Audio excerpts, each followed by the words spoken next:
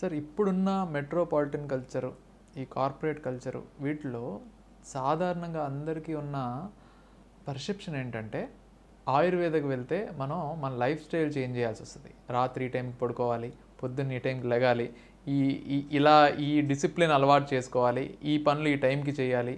So ఈ discipline మనం ఉన్న లైఫ్ స్టైల్కి, మన వర్క్ కల్చర్లో పార్ట్ కాదు. సో అసలు మనకి ఆయుర్వేదిక్ ఇది కాదు అని చాలామందికి ఈ రకమైన పర్సెప్షన్ వర్కింగ్.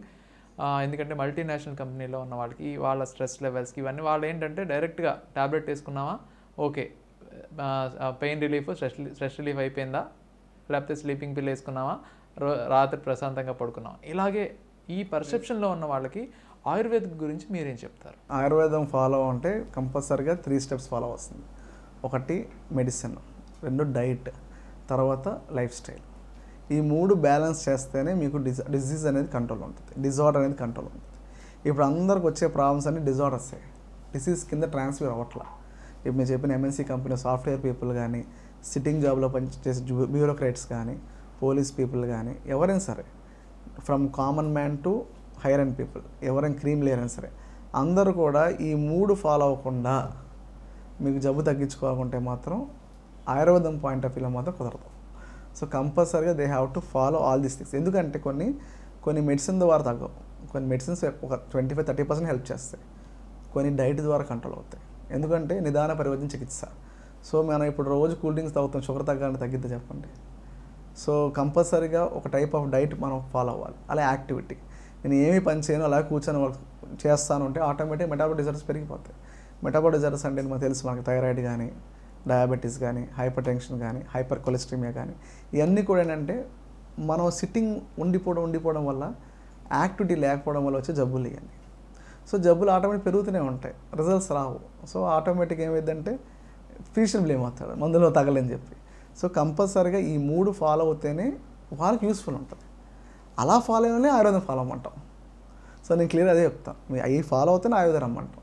ఎవరైతే ఈ డైట్ కానీ లైఫ్ స్టైల్ కానీ మాడిఫై చేయాలనుకుంటారు వాళ్ళు ఈ మెడిసిన్స్, సింథటిక్ మెడిసిన్స్ కానీ, అలోపతి మెడిసిన్స్ కానీ కన్సిస్టెంట్గా వాడడం వల్ల over the period of time, ఒక 10 ఏళ్ళకు 10 నెలలకు వాళ్ళకి డిఫరెంట్ ఆర్గన్ డిస్ఫంక్షన్స్ రావడం, తర్వాత దాని వచ్చే కాంప్లికేషన్స్ ఫేస్ చేయడం, ఇవన్నీ పేషెంట్స్ జనరల్ సఫర్ అవుతున్నారు. సో సఫరింగ్ కూడా మన దగ్గరికి వస్తున్నారు ఇప్పుడు ఇబ్బంది పడుతూ.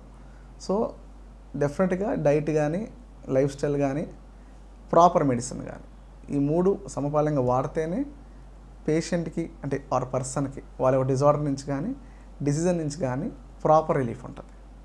తర్వాత ఫర్దర్గా వాళ్ళు ఫేస్ చేసే ఇష్యూస్ నుంచి కూడా వాళ్ళు డెఫినెట్గా ఆ ఏరియాకి వెళ్లకుండా వాళ్ళ life span పెంచుకోగలరు.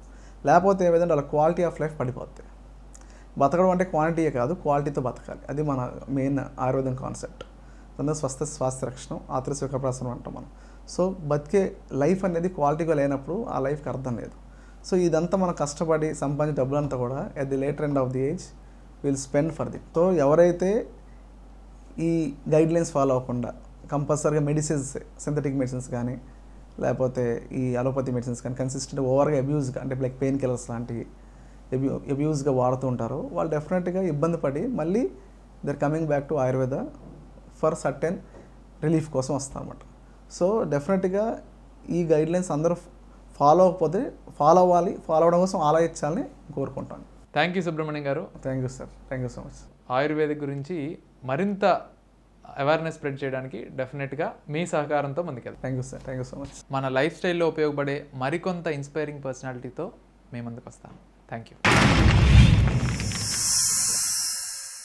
Like and subscribe Eagle Media Works.